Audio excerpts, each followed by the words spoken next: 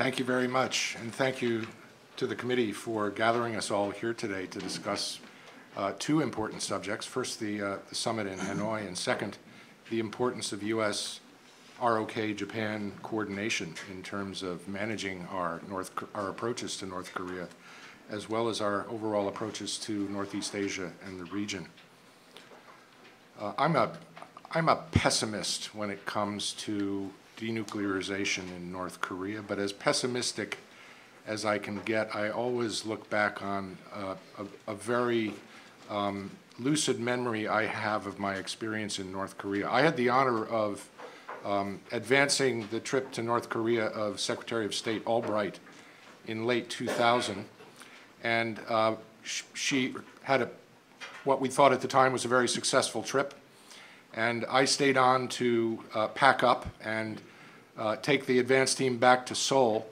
And as I sat with my North Korean counterpart in the cafe at the hotel in Pyongyang, he looked at me, and at the time there was a chance that President Clinton would visit North Korea, and he looked at me with a fairly pathetic face for a diplomat, particularly a North Korean diplomat. And he said, if President Clinton comes to Pyongyang, it will give us hope. So as pessimistic as I can get on North Korea, I always remember that experience, and it always makes me feel like that there is a place for diplomacy in U.S.-North Korea relations. So I may be a pessimist, but I'm also strongly believe in the role of diplomacy, in addition to pressure containment and other ways of coercing the North Koreans.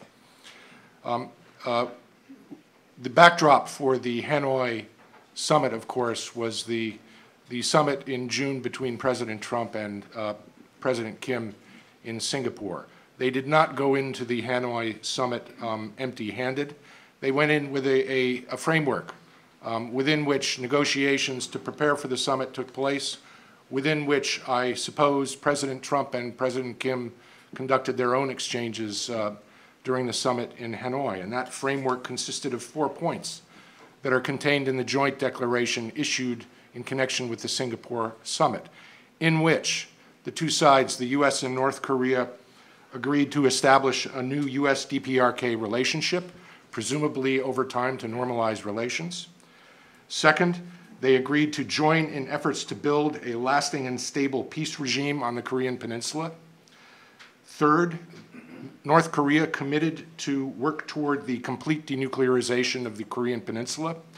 And fourth, the two sides committed to recovering the remains of American soldiers missing in action in North Korea. So that's the framework both sides used to prepare for the summit.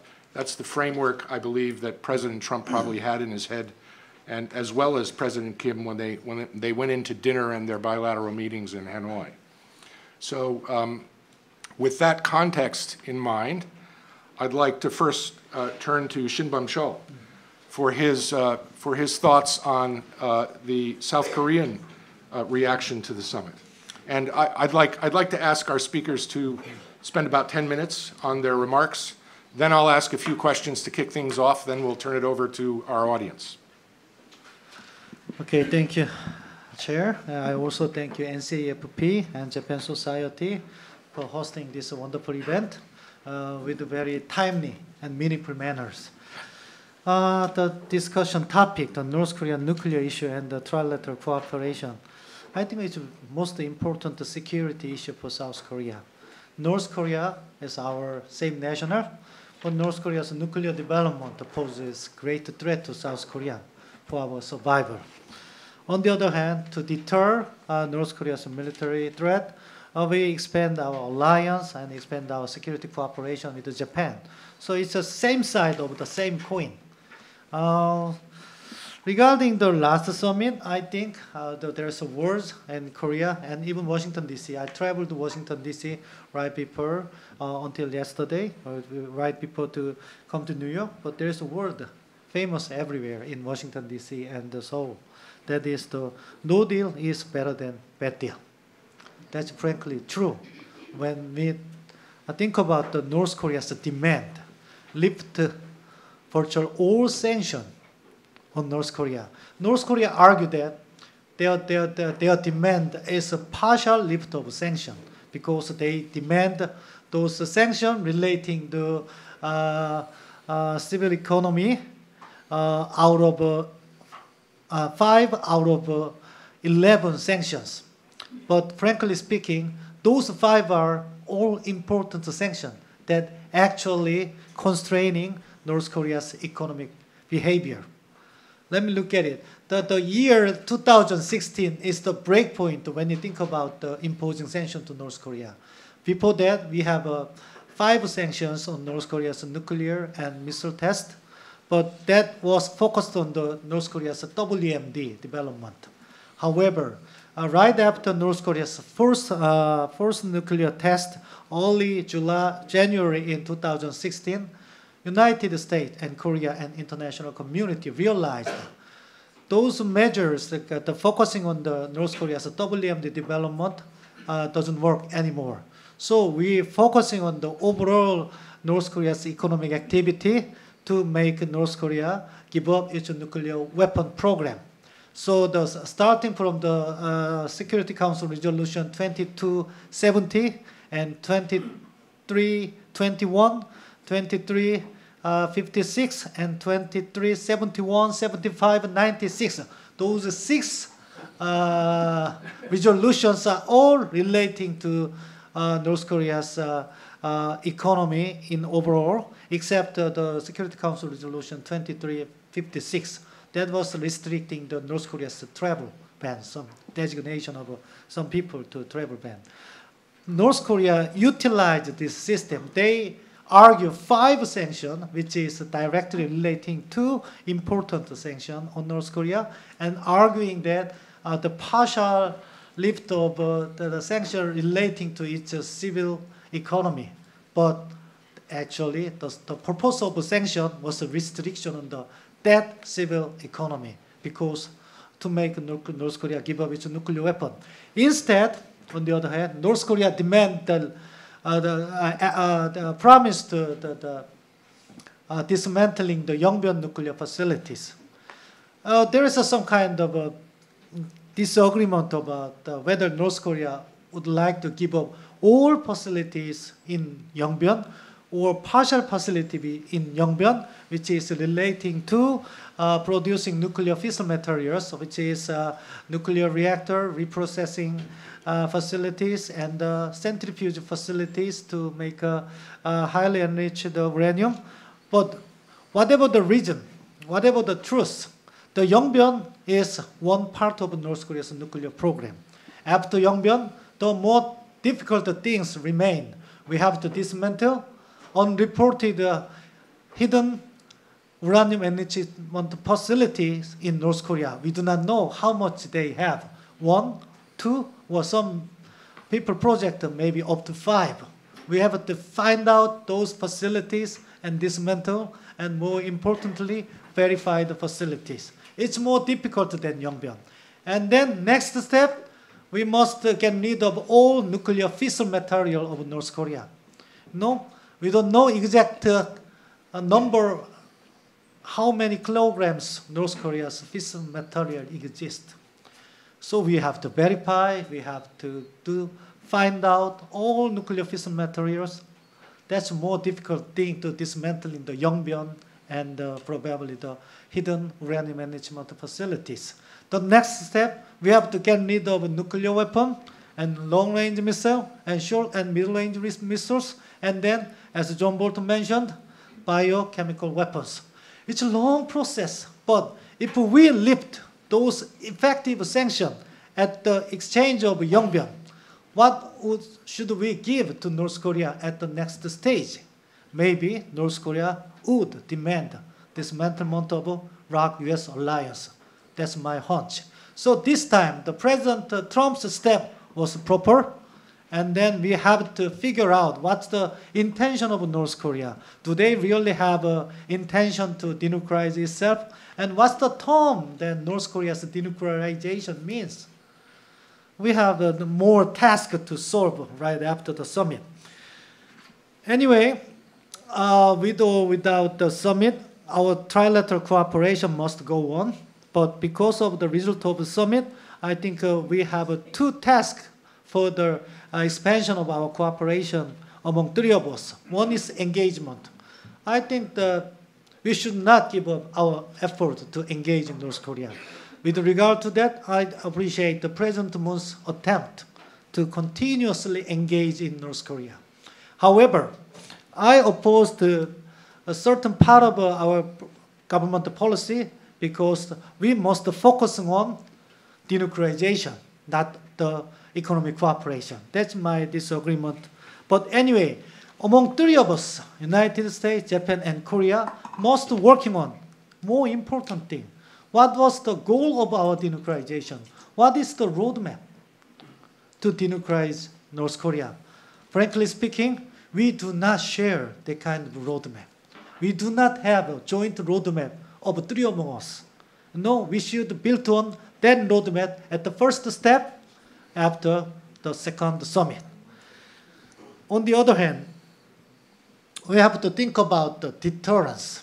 No, we already announced the downside of joint military drill, but at the no result, no deal in the second summit, North Korea is producing nuclear fissile material, producing nuclear weapon, probably goes on. So we cannot let these things happen continuously. So I think that for the time being, we have to try to enlarge our efforts to engage with North Korea. But on the other hand, as a plan B, we have to think about the deterrence. When we restore the joint military drill at the same level before 2017 or 18. That's one thing. On the other hand, we have to think about how to develop the extended deterrence if the negotiation is not goes well. So we discussed it very well.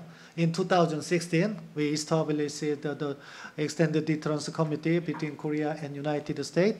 But anyway, if the negotiation is not goes well, we have to think about how to deter North Korea's nuclear threat between three of us. That's another task. No, right after the summit, I think we need the restart of a negotiation, but I believe that it's not easy to restart within short time period. Anyway, you should engage in North Korea, but we have to think about when we start, but maybe half of this year, maybe we have another opportunity to engage with North Korea. But with the time frame from now and that period, I think we must first make a joint roadmap of three of us, how to denuclearize North Korea. That's the top priority at this moment. Thank you for your listening.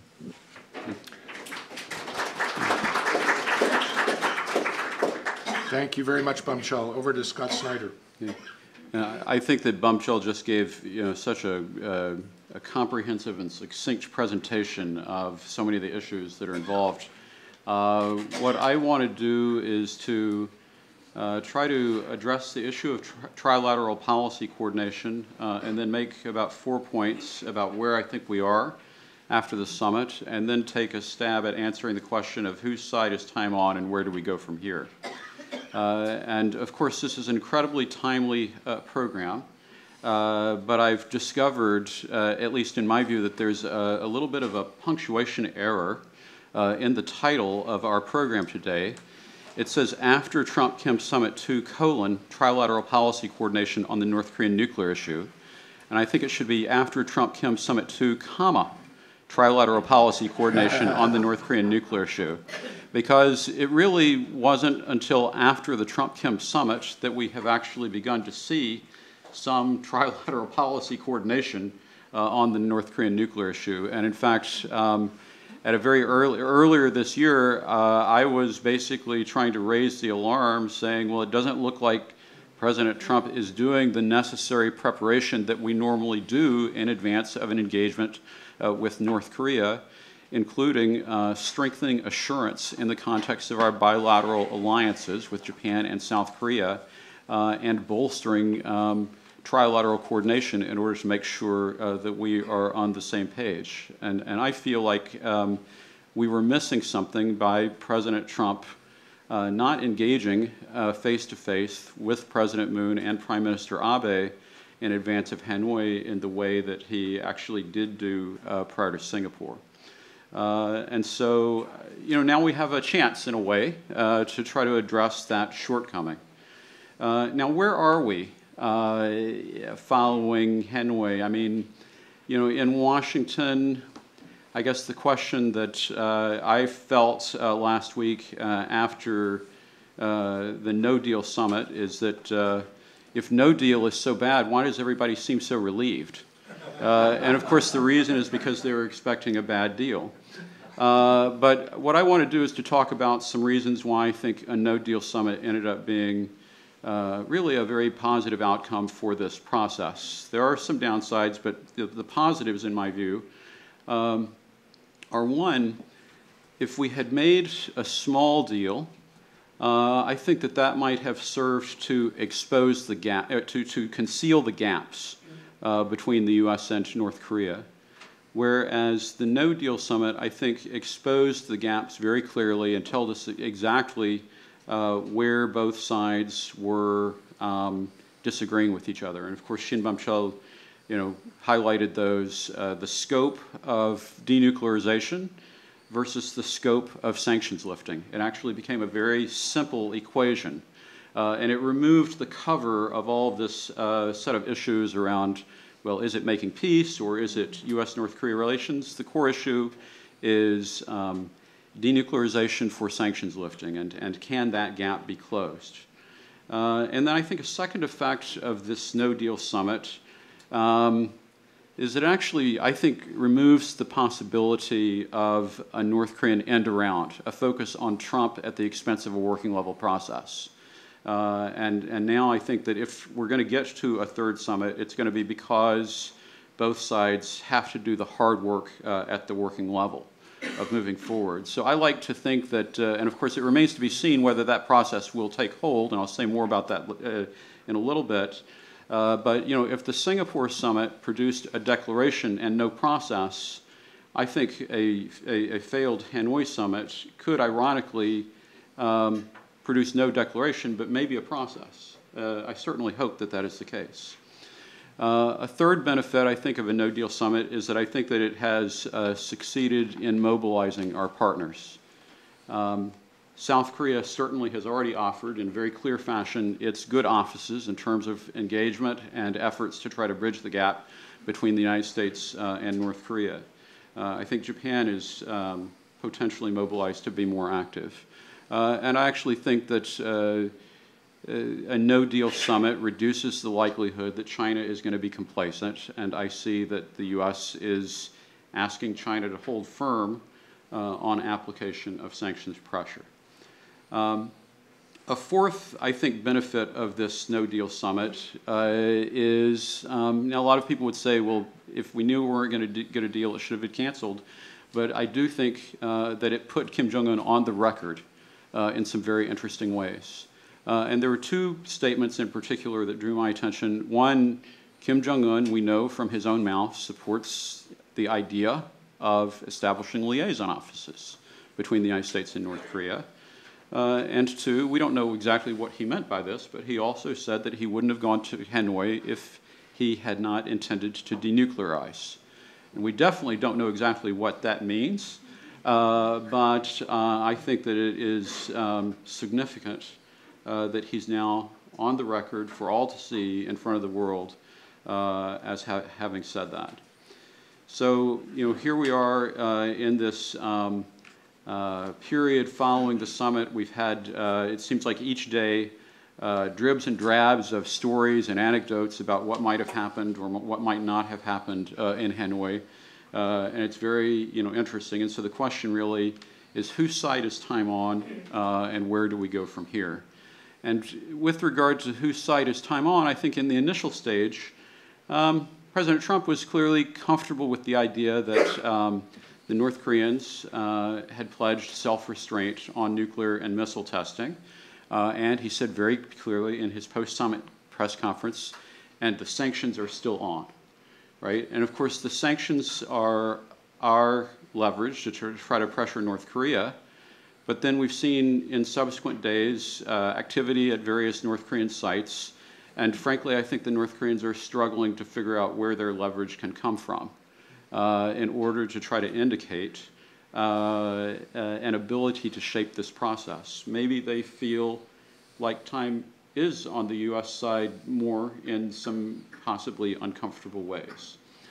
But then, you know, it looked like as the president left Hanoi and as the chairman left Hanoi, like there could be an easy glide path back to talks at a working level.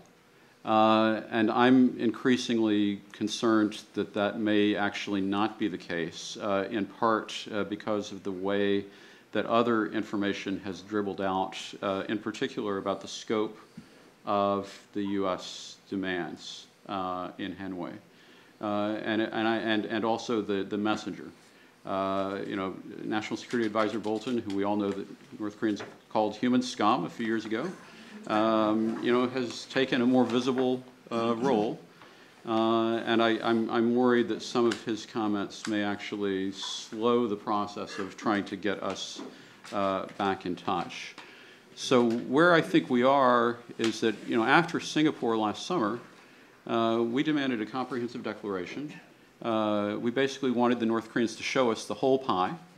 I think in September at the intra-Korean summit, the North Koreans said, no, we're only going to give you a slice of the pie. We're not going to show you the whole pie yet. It looked like we were negotiating on the basis of starting with a slice of the pie. And then I noticed in the run-up to the Hanoi meeting, Special Representative Began said, well, we want to take as large a bite as possible, giving us the impression that maybe 2 or 3 bites and we'd finish the pie. But then we get to the summit and it looks like we tried to eat the whole pie again. And so it's going to be very interesting. And I think the unanswered question is, you know, going forward, how do both sides, you know, calibrate and respond, you know, following this interaction? And basically, you know, will we go back to bite-sized portions, or I'm sure that the U.S. has an appetite for eating the entire pie. It's not clear that the North Koreans are willing to serve it up. So I'll stop there. Thank you very much, Scott. Yasuo. Oh, is this on? Okay. Okay. Thank you very much. I thank the NCAFP and the Japan Society for giving me the opportunity to participate in this very timely event. And by the way, my accent is from Chicago. I grew up in Chicago, so Midwestern accent. Okay. So before I start my points, just some basic thoughts on the issue right now is, first of all, as has been said, this panel is actually very timely. It ended up being very timely, because if Hanoi ended up with a bad deal, then all the focus would be on peace, peace, peace, peace, peace, and which is important. But because there was a no deal is better than a bad deal. Because the Hanoi summit produced a kind of time to take a breath and get back on the core issue of denuclearization. So it's productive in that way. That it gave us time to breathe. It gives us time to breathe a little bit. Especially, it gives us time for the three of us, U.S., ROK, and Japan, to think together. So in that sense, and thus the panel is very timely. But my basic position on this whole Korea issue is that we have to be tough on security. As a security expert, we have to be tough. The principles have to be kept. But at the same time, as a regional Korea expert, I want to give diplomacy a chance, and I want to test the new leader in North Korea, this young North Korean leader, Kim Jong-un. We want to test to see how much he wants to change or not. And so this diplomacy is a very, very important venue or opportunity, window of opportunity to see how much we can progress or not. So this is my basic position. And my task here is to comment about Japan. And so I'm just going to give you 3 points. One is, the image. Japan has not stepped in officially at this whole summitry game. So what is Japan doing? This is probably the question that people have if they think about Japan in this process. So number one, are we only thinking about abductees? The usual theme is, Japan just only thinking about abductees and nothing else. Okay. And yes, the abductees are very important, but also the nuclear and the missile issue is also as important, as important as the abductees issue.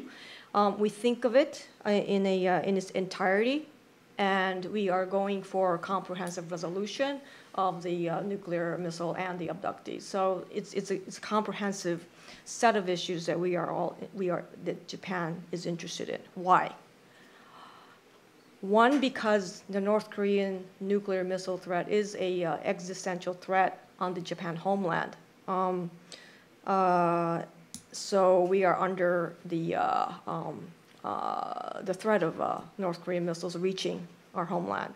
2017 was rather a busy year, having missile alert exercises all year, mobilizing elementary school kids in Akita Prefecture and all that. That was a big experience for Japanese people, because we haven't had that in the post-war years. It was the first time that we had a missile civil alert in 2017. So, but that feeling is there, that Japan's homeland is under the threat of North Korean nuclear missiles. But it's not only that, it's not just about us, but it's about, number two is about upholding integrity of the NPT regime, the non-proliferation regime, because that is the foundation for Japan's status as a non-nuclear state.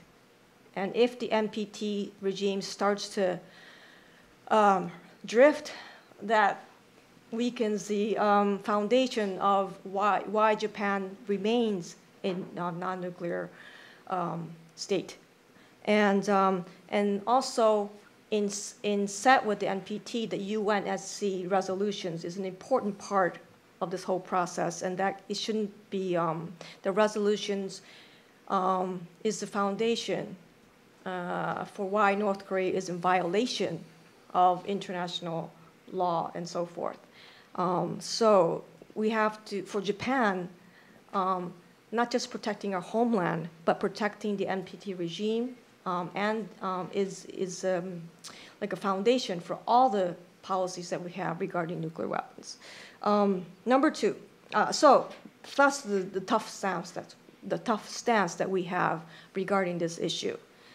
But number two, are we just tough? Okay. Japan's not interested in Korean peace and diplomacy and so forth. But no, yes, we are tough, okay, because of the reason that I just gave you. But, and I usually say to the Japanese media, we're playing the tough cop, okay? South Korea is playing the soft cop. Okay? I don't want to say bad cop and good cop because we don't want to portray ourselves as the bad cop, but we're the tough cop. And the United States needs both of us, the tough cop and the soft cops, okay? In implementing the resolution, the United Nations Security Council resolution, and to cooperate on North Korea diplomacy. So we're the tough cop, red flagging the sanctions and so forth. But we're also flexible. And Prime Minister Abe has kept his door open to a meeting with Kim Jong-un. And actually at Pyeongchang Olympics, Prime Minister Abe did go to the Pyeongchang Olympics ceremonies, and he shook hands, or he talked to Kim Yong-nam at the dinner table. He just went over there. So Japan's hedging, if the talks may not go well or may go well, but we're ready for both, okay? And so the door is open, and also we're ready. Japan has said that we're ready to provide assistance for a bright future for North Korea. Actually, Prime Minister Abe's UNGA speech, the United Nations General Assembly speech of 2017, the tough years. In the last paragraph of that speech, he said, North Korea has a bright future, has an industrial, workforce and so forth, and if North Korea gives up its nuclear weapons, there's a bright future waiting for North Korea. That is the paragraph that he put, or actually probably the Ministry of Foreign Affairs put it in there, but anyway, it's there. So we were positioning ourselves. And so 2018, yes, it's the year of diplomacy, the starting year of diplomacy, and Prime Minister Abe has said that he is willing to meet Kim Jong-un if and ever the conditions are ripe. So number 3, so after Hanoi, I only have like 2 more minutes, so after Hanoi, so should we jump in, Japan? Should we jump in or not, 2017, we were in the front seat with Trump, sanctions pressure, okay. But 2018, we're in the back seat and letting President Moon and Trump drive in the front seat. So should we jump in now? No, I don't think so, not yet. I think still being in the back seat or maybe like the second row, or I don't know. We don't have to be up there yet. It's still okay because the situation is still murky. We don't want to get into a murky situation, but we still should be in the consultation stage, but we need to be more involved in the consultation stage. And that's why trilateral policy coordination is very important, because we're going to get into the process stage where we have to make some real plans regarding sanctions and how to sequence things and so forth. And Japan has to be in there in order for us to have a stronger negotiating position. Okay, so I'll end it with that. Thank you. Thank you very much. Thanks to our speakers for those great presentations. And I'd like to ask just a couple of questions to kick things off. First, for Bum-chul, can you characterize President Moon's reaction to the result of the summit? Is he likely to support a strong trilateral process that develops a roadmap? Or will he continue to intervene forcefully with President Trump to promote one-to-one negotiations between President Trump and President Kim? Difficult questions.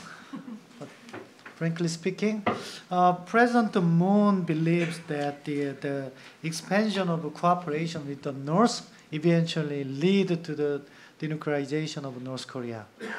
So he probably think about how to re-engage in North Korea.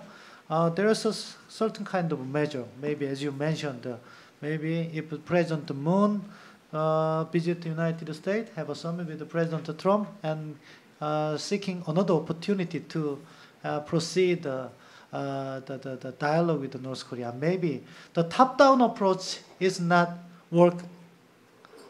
work anymore, because Kim Jong-un himself found out he's not compete with President Trump at the one-to-one meeting.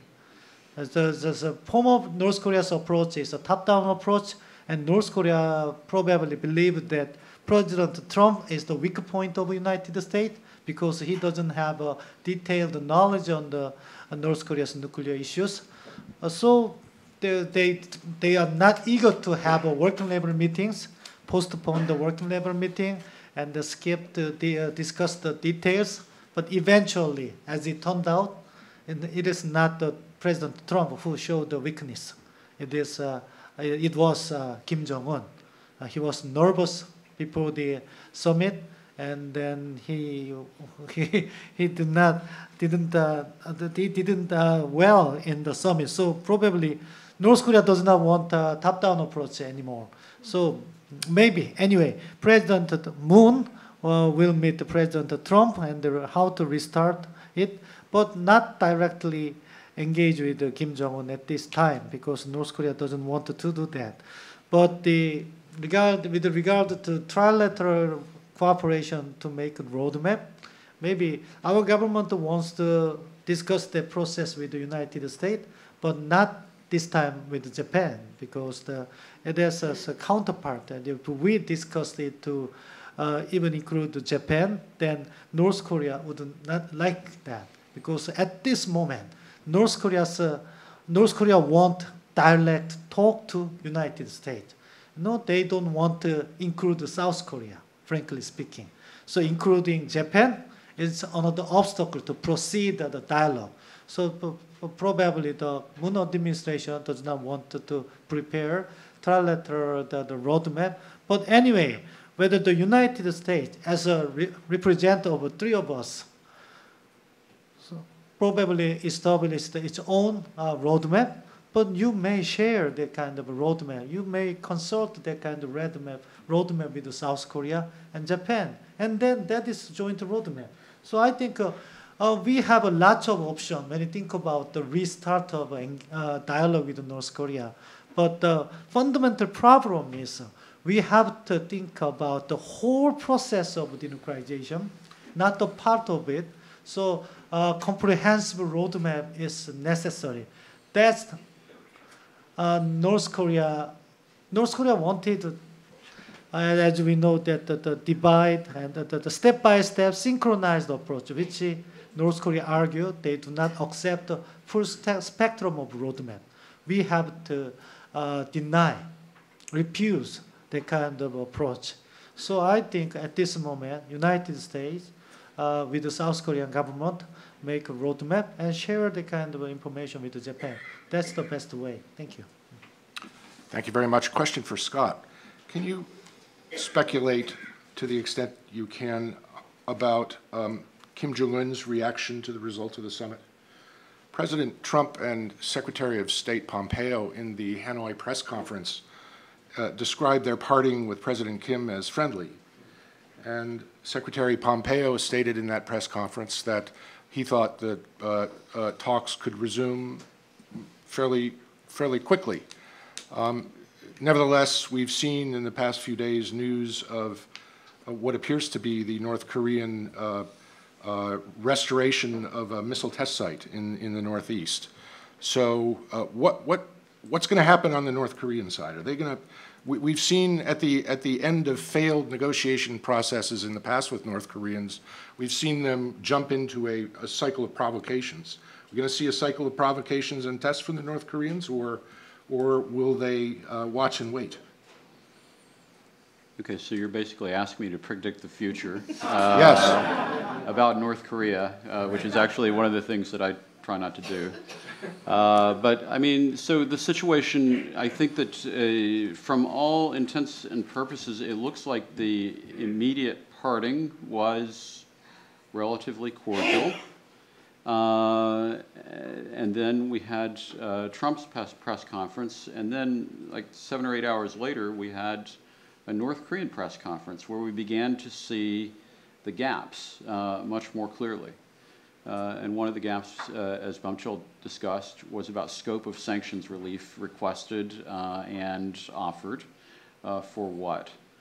And we also saw, at least in the South Korean media, that Kim Jong-un just didn't seem like he was his usual self the next day in Hanoi, that he seemed a little bit glum. That's the South Korean media interpretation of Kim Jong-un's mood the day after President Trump flew back.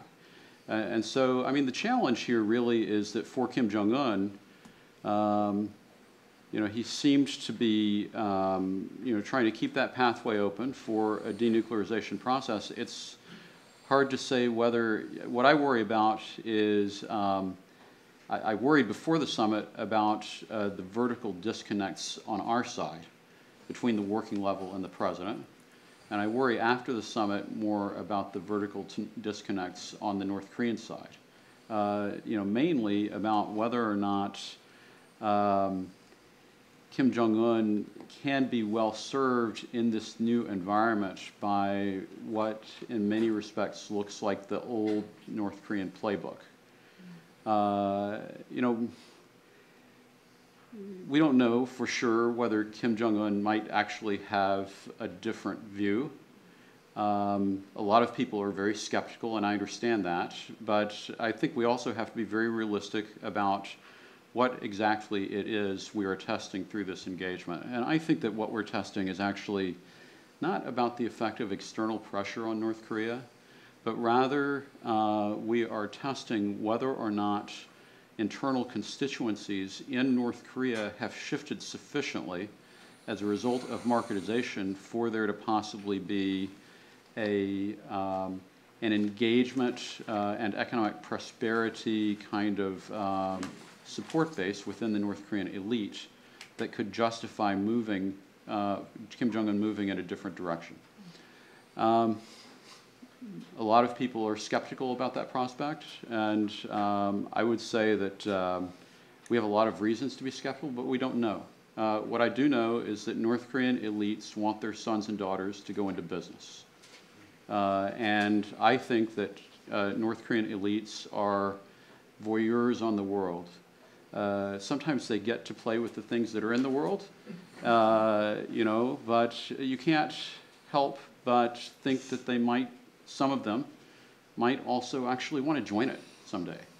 And so it's really, what we're testing is the status of the potential change that could come from a revolution of rising expectations. And we already see that Kim Jong-un, you know, has made some positive steps in the direction of economic reform, but it hasn't been accompanied by opening.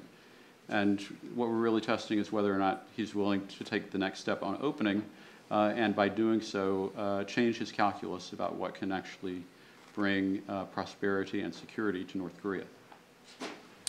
Thank you, Scott. One last question from me for Yasuyo. We've seen that, at least we here believe that it's very important for the U.S., the ROK, and Japan to come together for trilateral consultations on North Korea.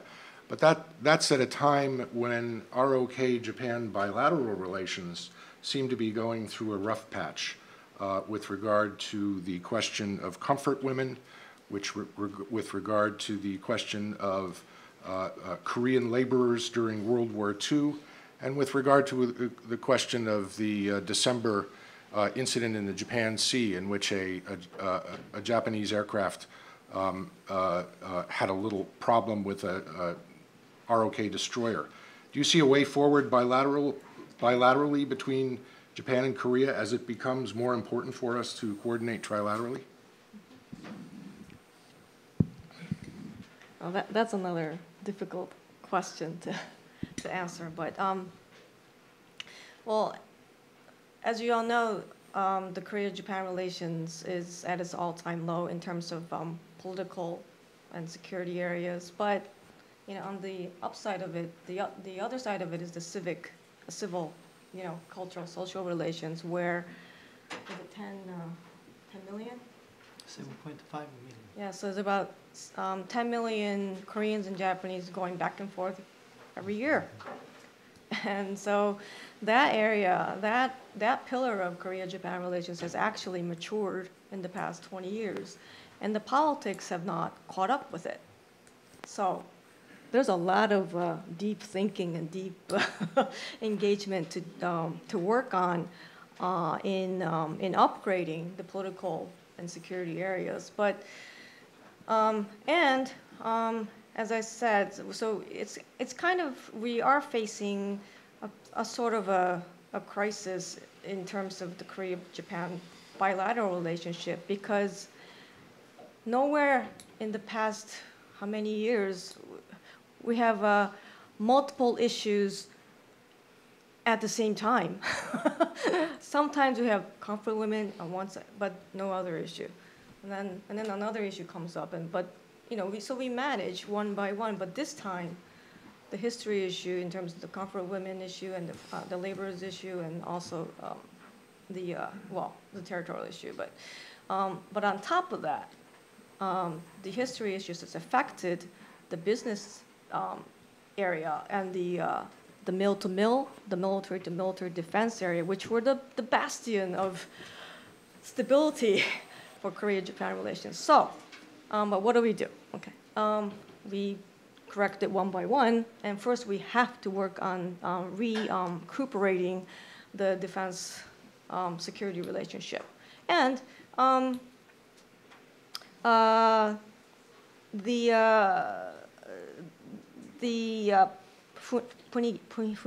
atmosphere is calming down on the surface. Okay, but the Koreans and the UN, American people have to know that there is below the surface a deep mistrust because of all these incidents happening in the past year. So we need to work on that. History issue, as probably there's experts here. This is also another big issue because it's pretty serious, the labor's issue. How do you say? The South Korean court is asking us to rethink the 1965 agreement, and, but our basic stance is for the government-to-government relationship is to work based on the 1965 agreement back when we normalized relations. Plus, if that's accepted, then we can work on many other ways to deal with this. But the fundamental legal basis is being questioned, so that is why Japan is really in a bind. So I'll just leave it at that. Yeah. Bum-chul, would you like to comment on that? Yeah, Korea-Japan relation is very difficult and a very sensitive issue in Korea because still there's living people who suffer from the World War II. So I think we need some time to settle down this issue. But anyway, on the other hand, the Moon Jae-in administration from the beginning, it provides a two-track approach. We have to solve a historical issue on the one hand. We have to expand our economic and security cooperation on the other hand. I think that's the way we seek for the future cooperation. That's the answer. But yet, I don't know whether that really works at this moment. But I think restoring that kind of a principle is the best option. On the other hand, let me go back to one comment that I made before. So another thing, when we established our joint roadmap to denuclearize North Korea, I think I hope the United States give us some role to Moon Jae-in administration with regard to that implementation of the roadmap. Maybe President Moon wants to play another as a mediator role, so that if President Moon met Chairman Kim and then demand a more realistic demand on their side, I think it will work for the whole denuclearization process. For example, if we can persuade Chairman Kim about dismantling the Yongbyon facility in exchange of reopening Kaesong or Gyeonggang, I think that's realistic. So maybe President Moon play that kind of role, but that must be agreed upon the Korea and United States based upon the whole spectrum of the roadmap. Without the roadmap, we do not know the end state. So we must consult the end state and establish the roadmap and give the President Moon some diplomatic role. Thank you. Thank you very much. We welcome questions from the floor. We have some ground rules. We have a roving microphone for you to use. Should you want to ask a question, I will choose the questioner, and we ask questioners to ask questions, not to deliver soliloquies. Those are the only rules. Questions? Oh, yes, and please state your affiliation before you ask your question. Sir.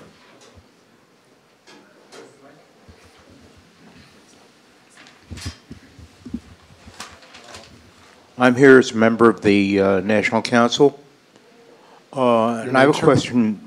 I want to make sure I understand, Shin. I hear you say that the denuclearization must be under total vigilance and totally verifiable. You did that. Yes. That's proper understanding. So that leads to the question that anybody in the panel and everybody should respond. We've had some experience in verification, particularly with Iran, and many people, particularly in the West, feel that the verification is good and appropriate. Some people in the West question that.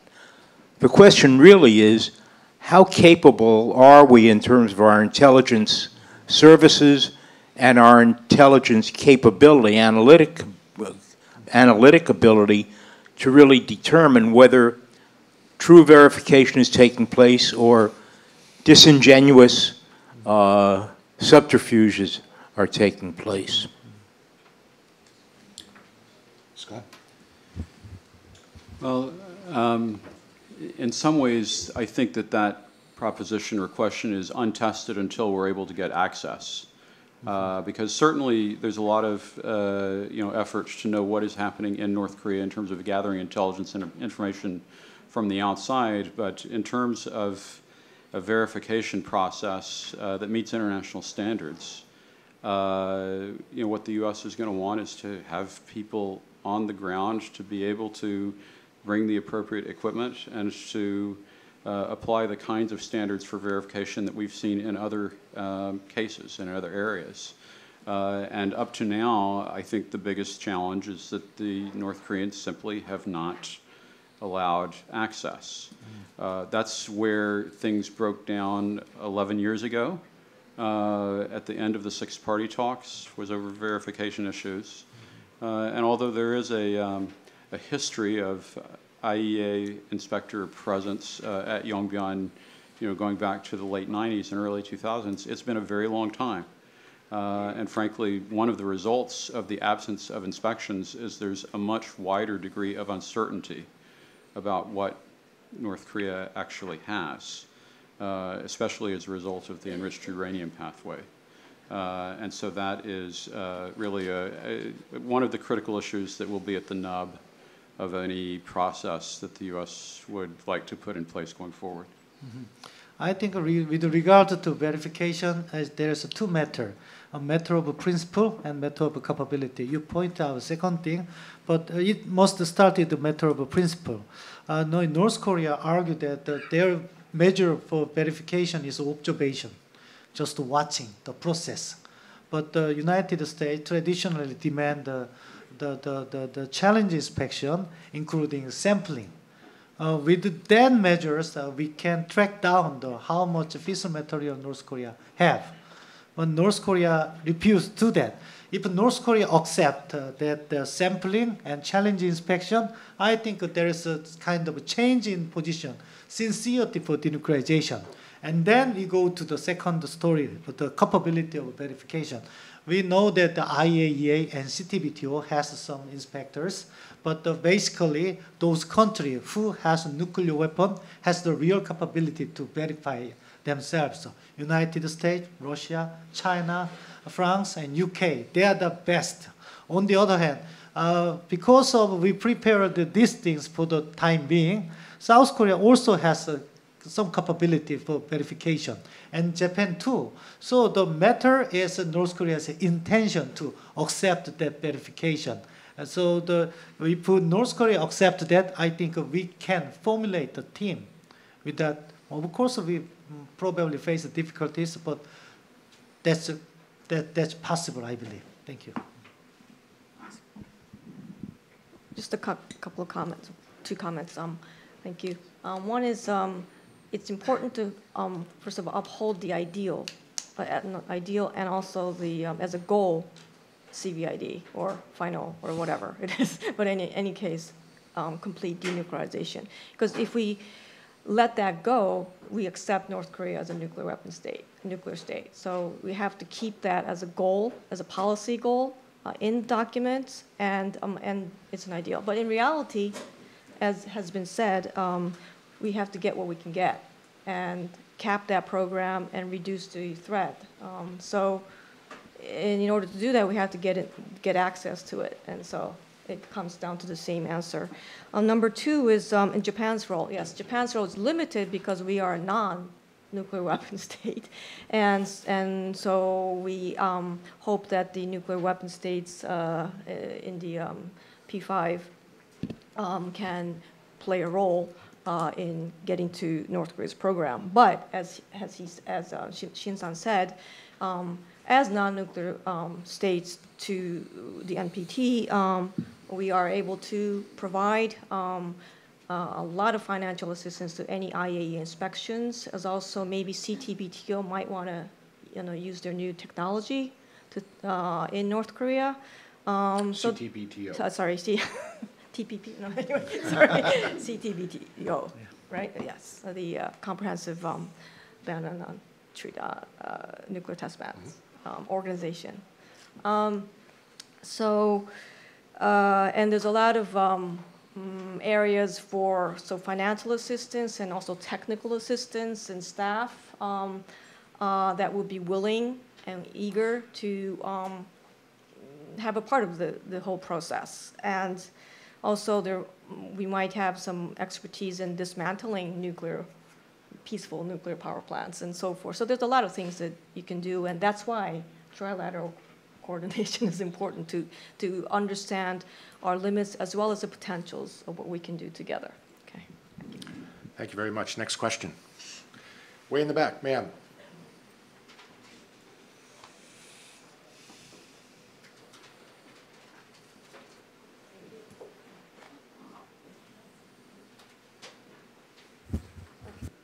Thank you. Klara Wyrzykowska. I work for the UN Department of Political and Peacebuilding Affairs. I have a question on the trilateral cooperation. Is it possible that Japan, the Republic of Korea, and the US agree on a common policy on humanitarian issues? Sorry. Okay. Hello? Yeah, that's my question. Is it possible that a common position emerges on humanitarian issues? And if so, which? Yasuo?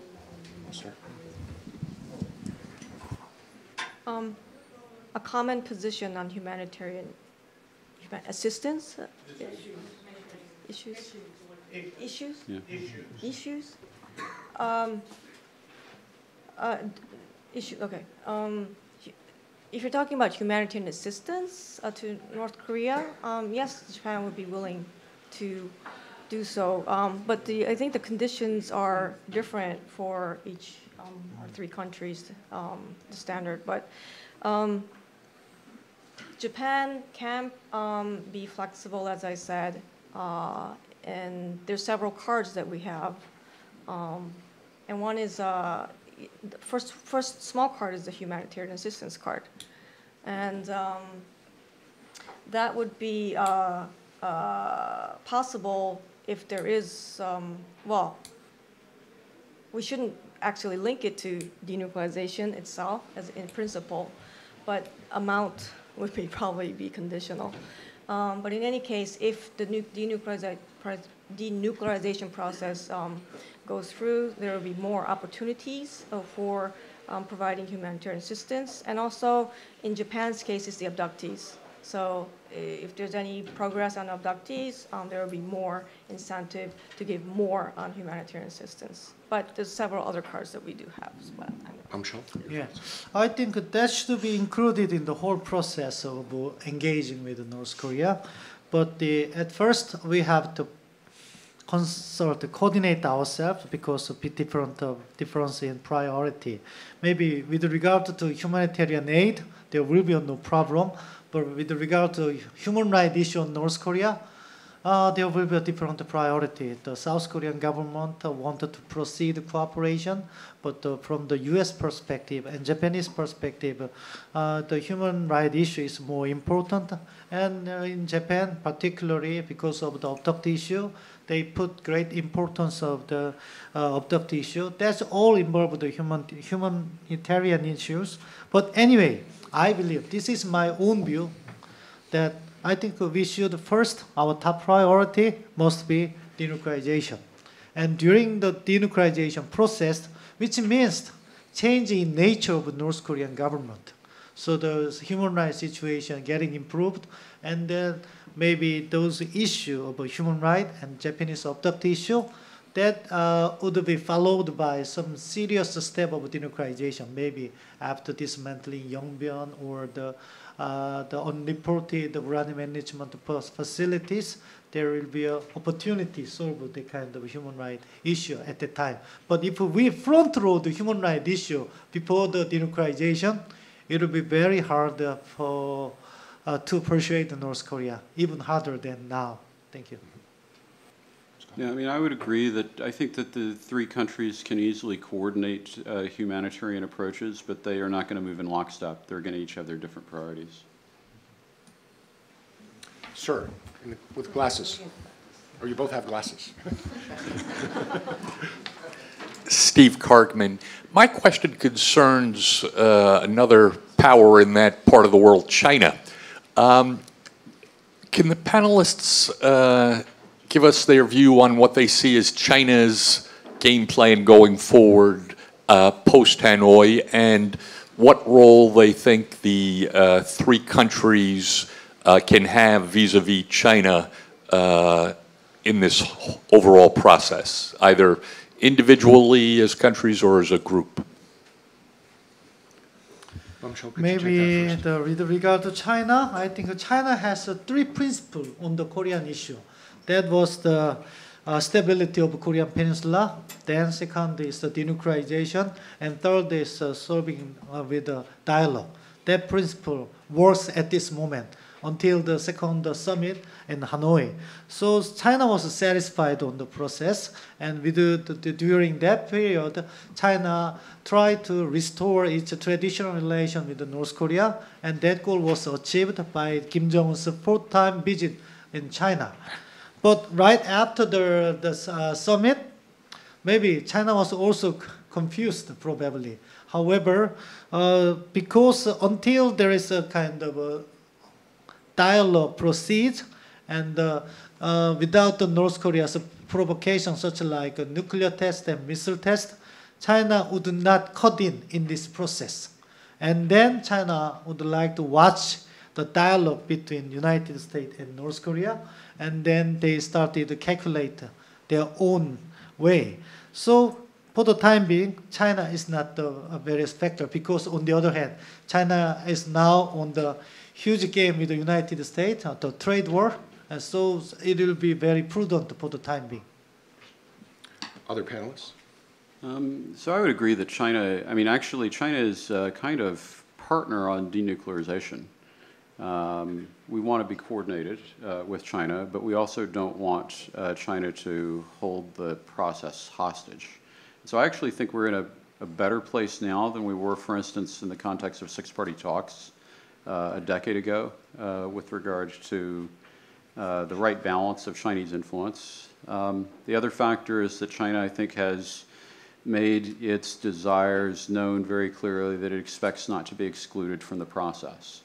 And so what I sense is a convergence around the idea that if a peace process on the Korean Peninsula gets underway, that there's a greater likelihood that there will be a Chinese role, whereas at least after the Panmunjom Declaration, April of last year, it wasn't necessarily as clear that China would have an early and sustained role in that process. Yes. From Japan's perspective, it's pretty much the same, but China is a partner as well as a strategic competitor on the Korean Peninsula and rival. But number one, China is a partner in the nuclear issue because they hold the key to the sanctions, and we need China's cooperation.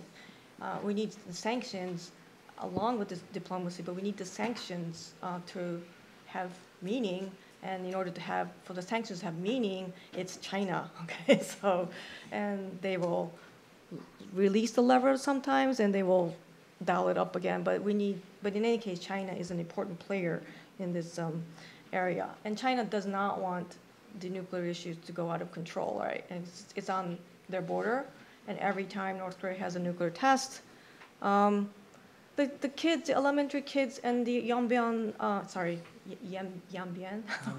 the North Korea-China border, it shakes too. Okay, so it hurts the residents of China, and so forth. So it's a problem for them as well.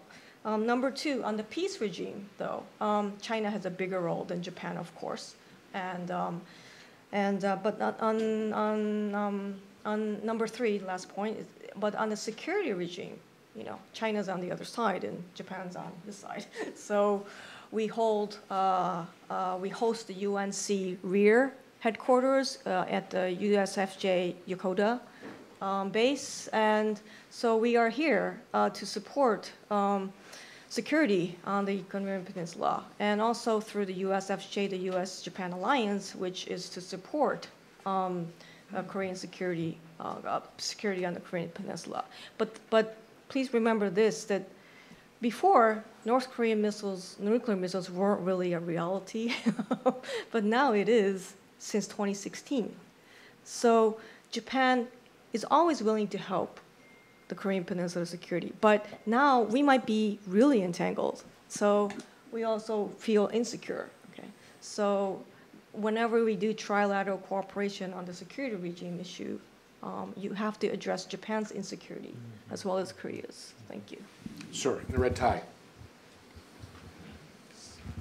Thank you. Talal Al-Fassam with the Kuwait mission to the United Nations.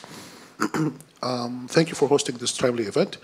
As diplomats, we always look to hear the different views from academics and outside the field.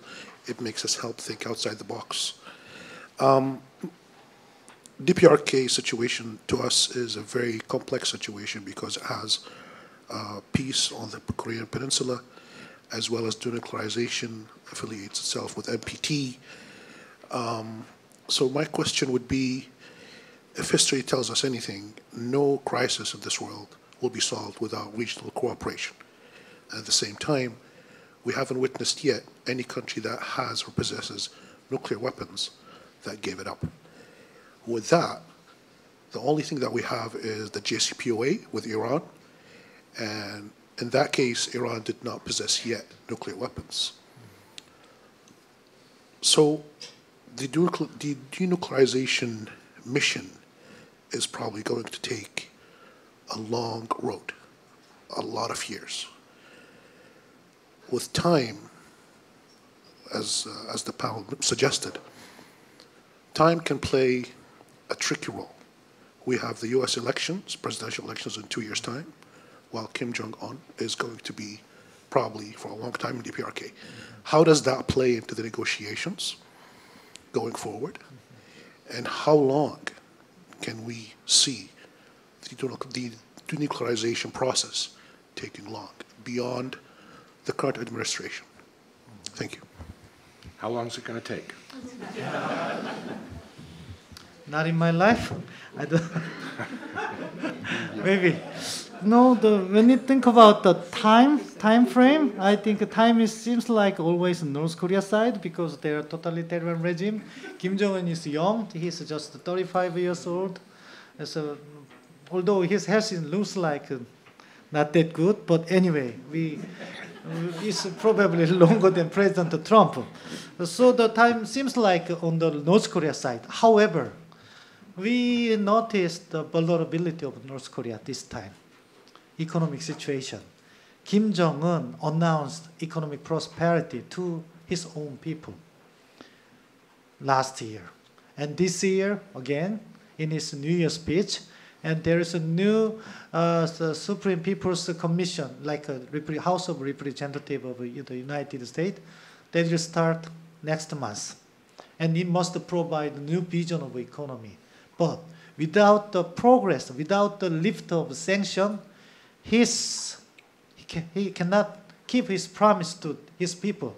That's the vulnerability. So there is some necessity. On the other hand, as with regard to China, I think in the development of China-North Korea cooperation for the last 2 years, there will be a loophole in the implementing sanction on North Korea. However, that does not bring North Korea economic prosperity. So lift of sanction is very necessary for Kim Jong-un to boost its economy. I think we, international community, utilize that kind of vulnerability and let Kim Jong-un choose nuclear weapon or economic prosperity in the long run, not just 1 year or 2 years. And it is more like continuation issue. So it's government by government in the United States, government by government in South Korea. Then eventually North Korea cannot afford to give up nuclear weapon, I believe. For the record, I think the New York Times reported yesterday that the North Korean economy shrank by 3+% last year. North Korean agricultural production, I believe the Times reported, shrank by 7+%. So those 5 baskets of sanctions passed since March of 2016 appear to be really starting to bite. And that appears to have been evident in Kim Jong-un's interest as he expressed them in the summit. Next question. Sir. Oh, I'm sorry, Yasu, did you want to? Yes, okay, I'll just add another comment. So I agree with Mr. Shin's answer, but also it's about how much does Kim Jong-un want? What kind of prosperity does he want? Does he want the American model and a Trump Tower in Pyongyang, or Plan B, China model, or Vietnam model? How much prosperity does he want? If that his reading, it depends on that.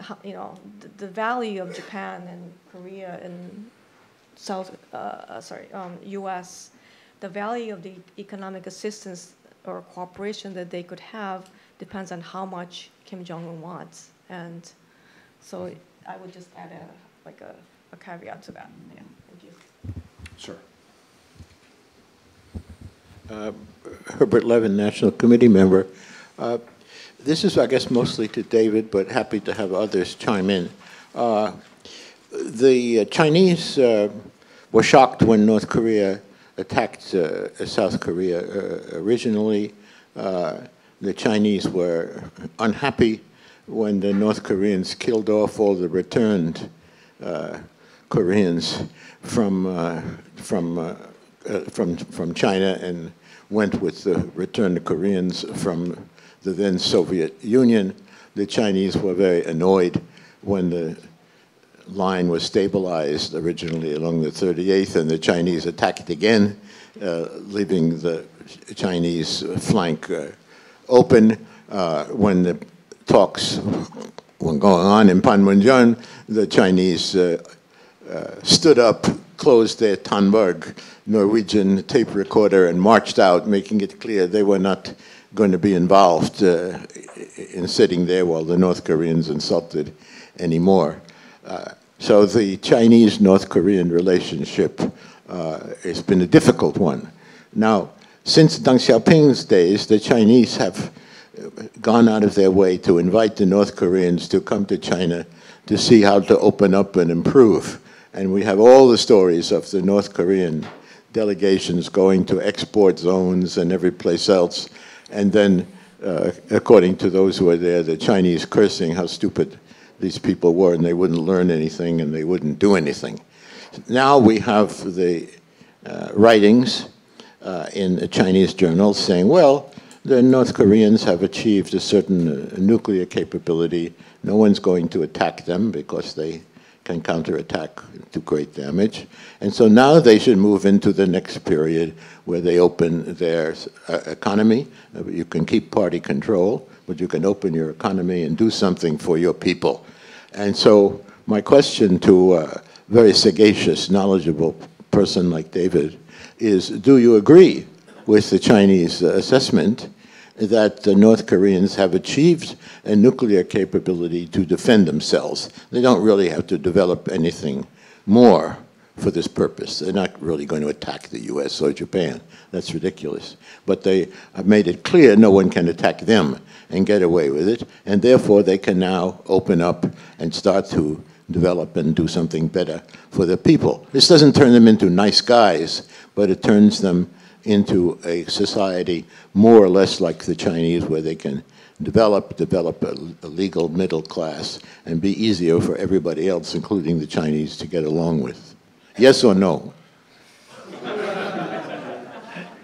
Well, I think Kim Jong-un has said that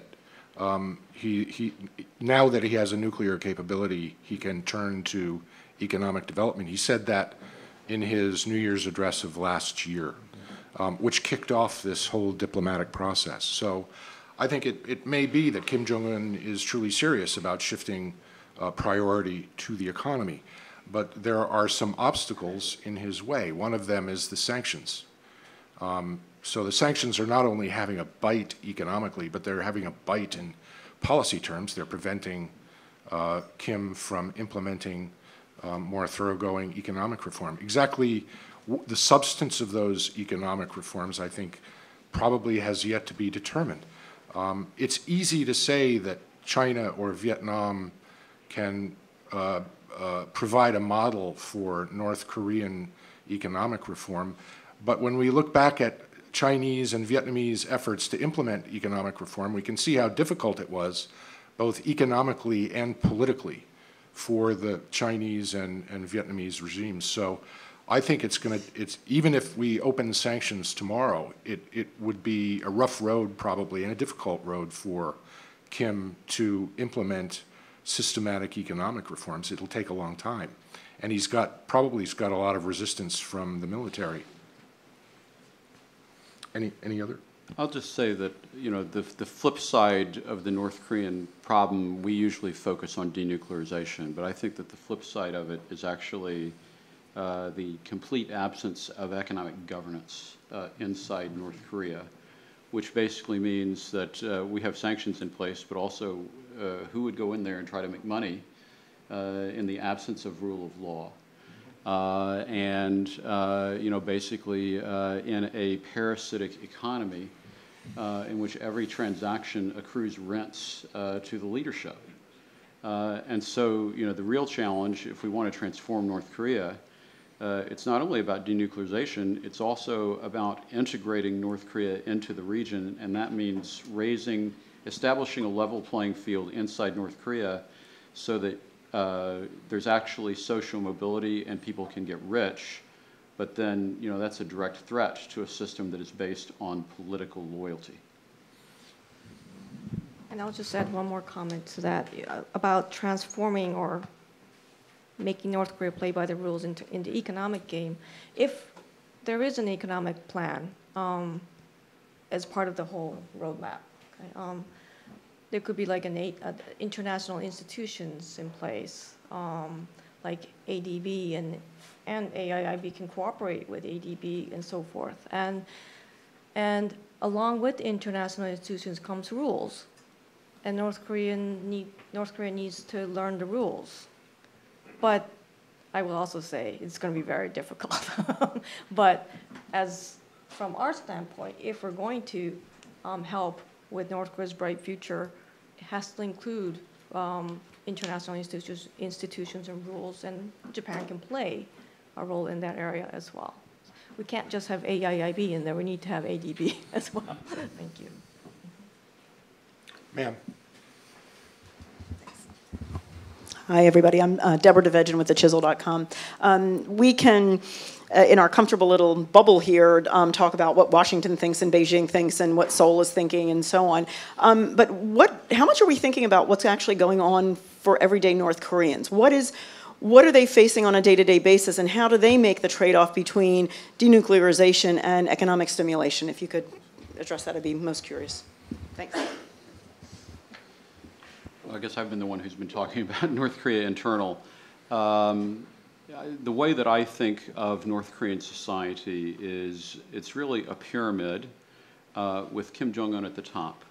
And everybody is trying to get closer to Kim Jong-un because the closer you get to Kim Jong-un, the better your quality of life. In terms of, it's a regime that the way you get closer to Kim Jong-un is status is gained through shows of political loyalty and your political pedigree. And so basically, you know, the other challenge is related to how does Kim Jong-un assert his legitimacy in terms of gaining political loyalty. And there, the nuclear program, I actually think, generated some internal benefits to him in terms of support.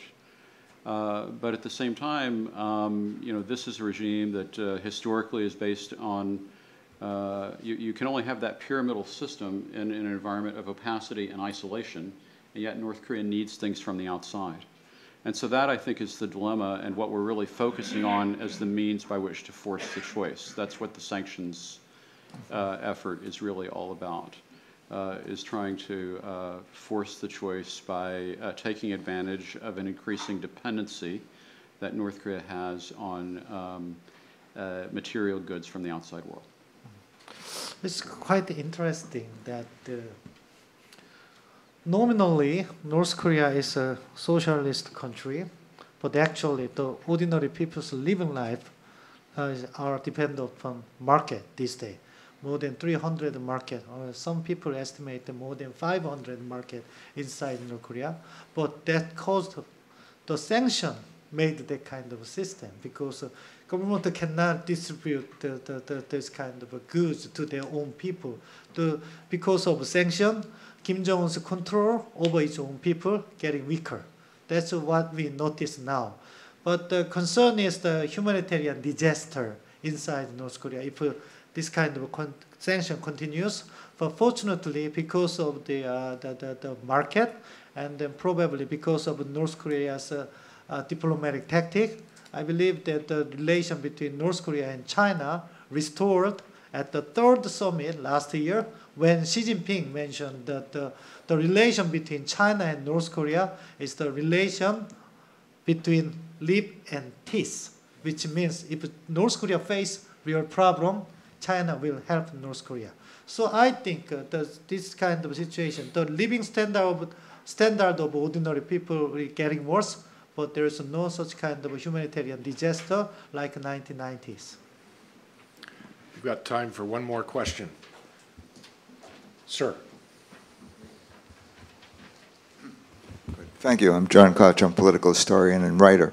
I want to get back to the Hanoi summit, and my question has to do with whether the U.S. overreached in terms of differentiating between nuclearization and the freeze. Perhaps you can clarify it, Scott. Going beyond Yongbyon, there was always that unmarked Site X, which actually was responsible for the breakdown of 2002 of the agreed framework. Did the U.S., I assume, wanted that, wanted Yongbyon, obviously, but did they also want steps taken toward denuclearization, and in that sense, there was overreach? Well, I can tell you what I felt would have been necessary in order to move forward, and I think that maybe the U.S. government in the end looked for more than what I would have believed was necessary. From my perspective, what we needed to see was a process put in place combined with a set of steps that would demonstrate seriousness of intent toward denuclearization.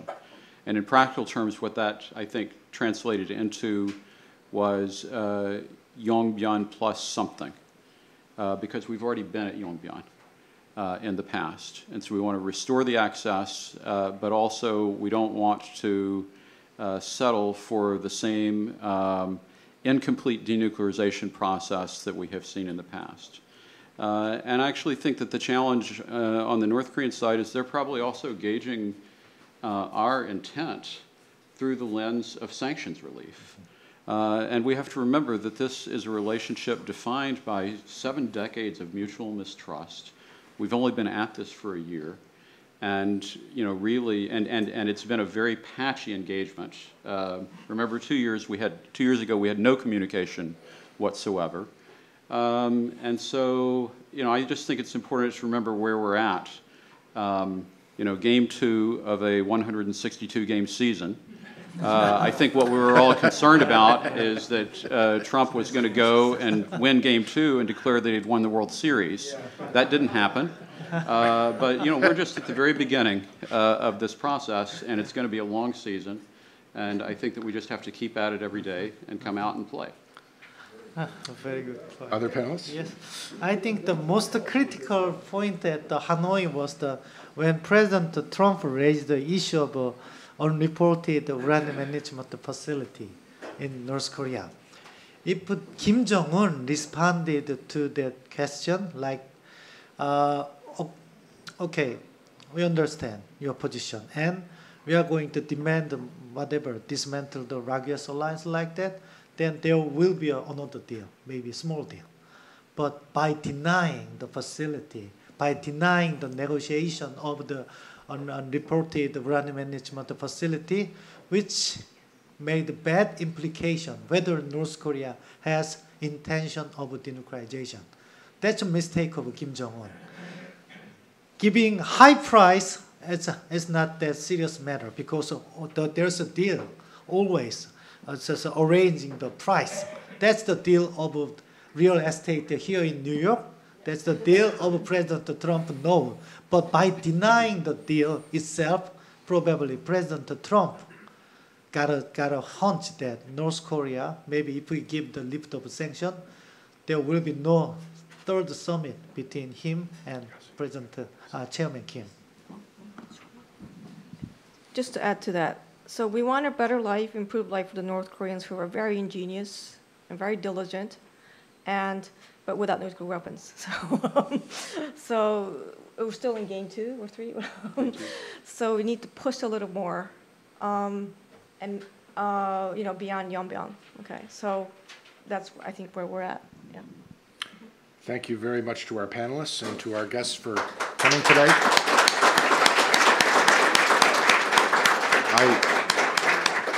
I hereby declare Game 2 ended.